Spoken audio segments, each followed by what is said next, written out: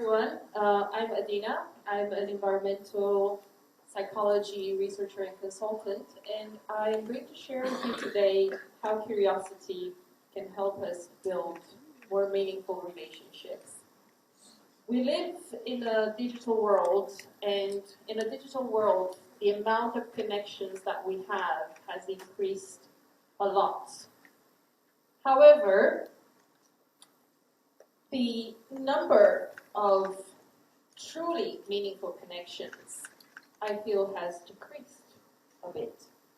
Technology has allowed us to be surrounded by people almost every second of our awake time, even though not always physically having people around, not like today, right? However, as sociologist Sherry Turkle mentions in her book, Alone Together, Why We Expect More from Technology Than from Each Other, even though this number of connections has increased exponentially, and it seems that we're connected to everyone in the world, but the quality of these relationships seems to suffer. And the reason she found in her book is because we spend less time to deeply know another person. We live in a super fast era.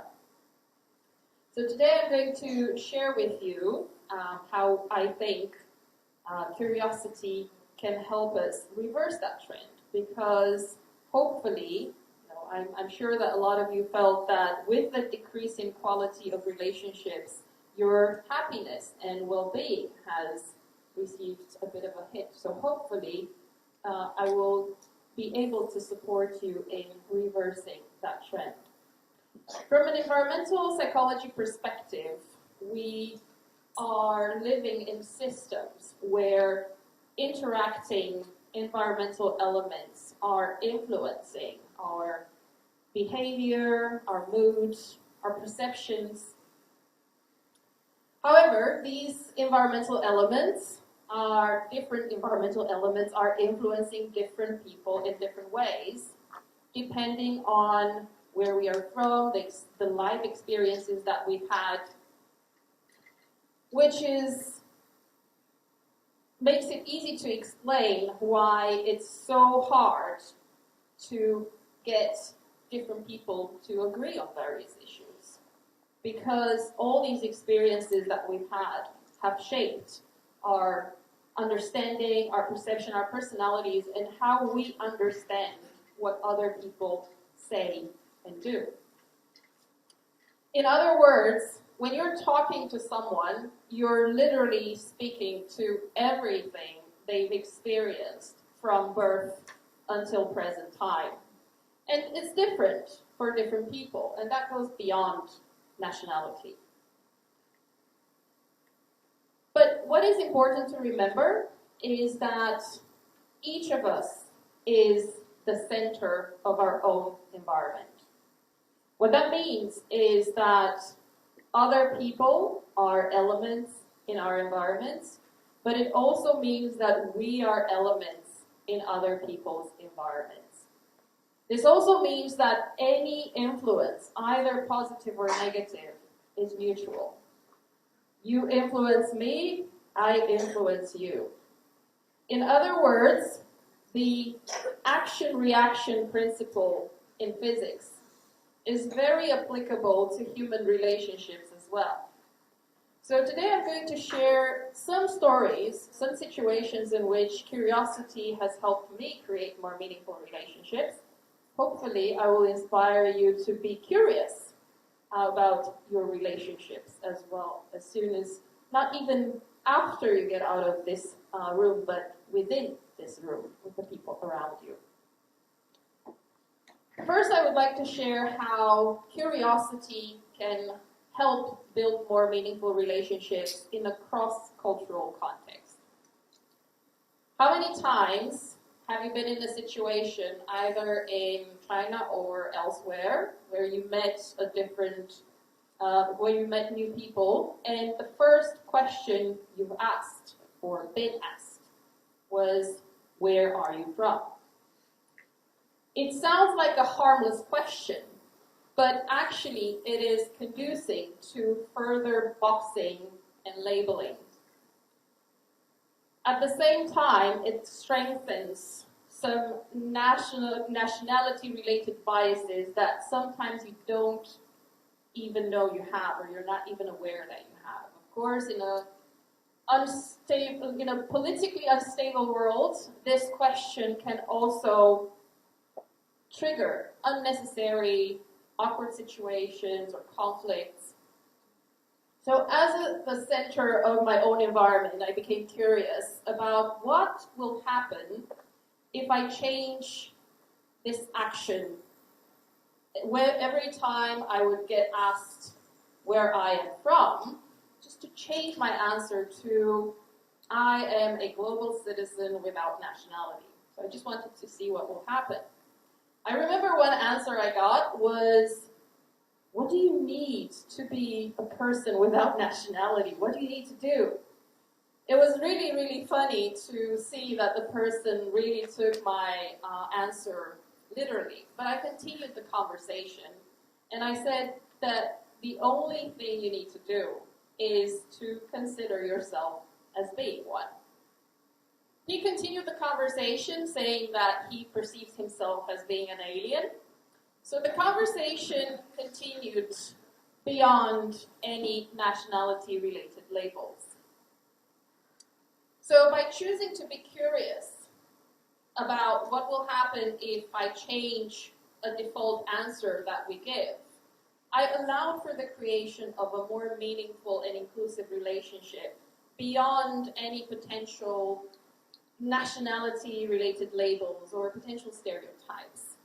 Of course, you may not consider yourself a global citizen, but I think it's still important to try and see or be curious about what will happen. What will happen and what answer you will get if you change, let's say, your question to someone else when you're meeting someone in a new context, from where are you from to, hey, what is something exciting that you've been doing recently? And just get to see that person and know that person beyond any labels for who they are. The second thing I want to share is how curiosity can help us build more meaningful relationships with basically anyone that you choose to. How many times have you been in situations where or in conversations where you had this urge to convince people that you're right when they gave you a different perspective, or they did things in a different way than you did? Or how many times have you been in situations where you told someone else what you want them to do, and after they did it, you saw the outcome, you saw that it was not how you expected it, and you got angry, and you thought, oh, this person has a problem. We tend to filter everything through a right or wrong lens. So we tend to filter differences through a right or wrong lens. But we forget that our perceptions, our ideas about right or wrong, and how we understand what other people say and do are strongly influenced by the growing up environments that we were born and lived in. I remember during university years, a long time ago, I'm not telling you when, a former colleague from university, she was from a different part of the country, she came to my house, and we were trying to eat a dish that I was cooking. I wanted her to try what I was cooking. And after she saw me, observed me cooking for a while, she told me, "You're cooking it wrong." Of course, my first instinct, my first reaction was to feel offended and ask myself, how could she say that? But then I chose to be curious about her view of the world. And so I asked her, what do you mean? So she said, well, we cook this dish differently where I'm from. So I said, well, the fact that you're cooking it differently does not mean that you're right and I'm wrong. I've been cooking this dish for my entire life, like this. Right? So you can't really tell me that I've been doing it wrong for my entire life. It's just different. So by choosing to be curious about her view of the world instead of going into, feeling offended path, I created a more meaningful relationship. We were able to enjoy that dish without thinking about right or wrong, accepting our differences, and just learning from each other, and just build a more meaningful relationship that continues to this day. It has been many years. I will not say how many, but plenty. Third, I would like to share how curiosity can help us turn conflict into an opportunity to build a more meaningful relationship with ourselves. How many times have you been in situations where you've received negative feedback and your self-esteem has received a big hit?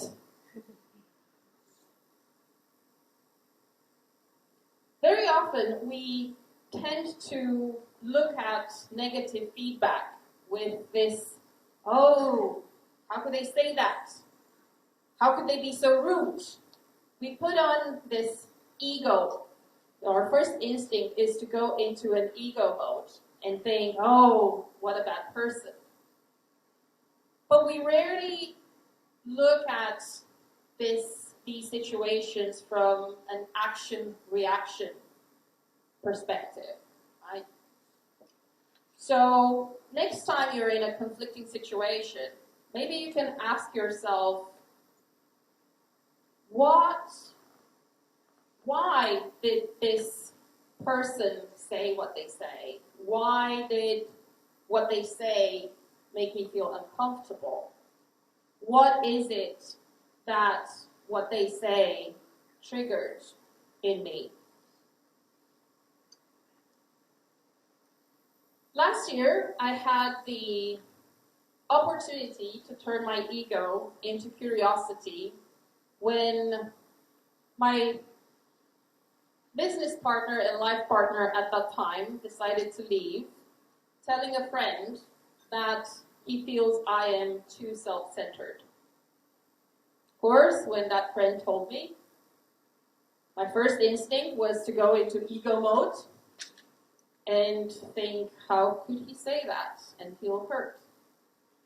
But then I decided to change that. I decided to change that default reaction and become curious about what was from my actions that triggered this reaction from him.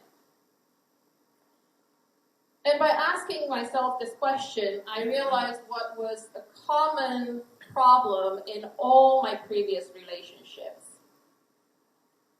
I am very passionate about what I do, so subconsciously I was putting my own work ahead of everything that was happening in the relationship.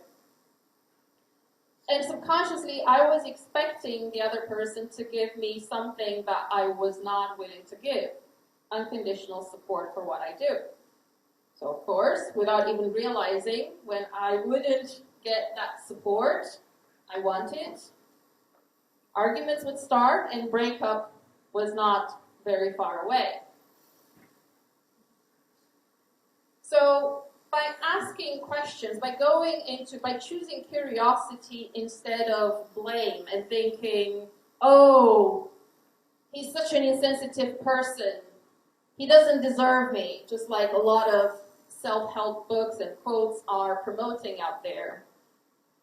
By choosing to be curious and not going into the blame path, I was able to understand that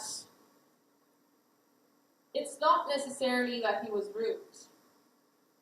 I was able to understand where he was coming from, saying that I'm self-centered. I realized that he was not actually rude, but he was expressing a need that I didn't manage to fulfill in the relationship.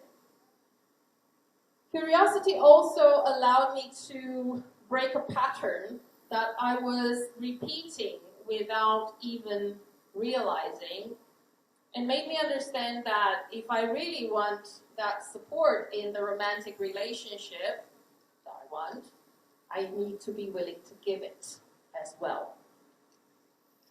So by choosing to be curious rather than going on the blame path, I was able to get a liberating feeling by really understanding who I am, thus create a more meaningful relationship with myself. And you have the power to create a more inclusive world beyond any labels of nationality, age.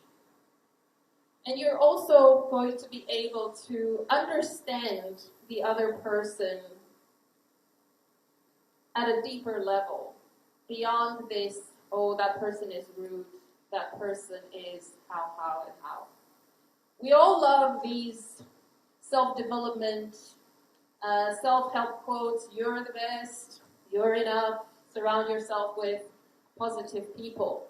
But I feel that these quotes are not very conducive to self-reflection and mutual understanding. So by looking at relationships through this curiosity lens, I feel that we can really create more meaningful relationships, both online and offline. So be curious, ask questions, potentially to your neighbor today, and potentially to people you don't know. Keep rising, keep learning from the process, keep learning from differences, and let's create a more inclusive world with happier people and more meaningful relationships. Thank you.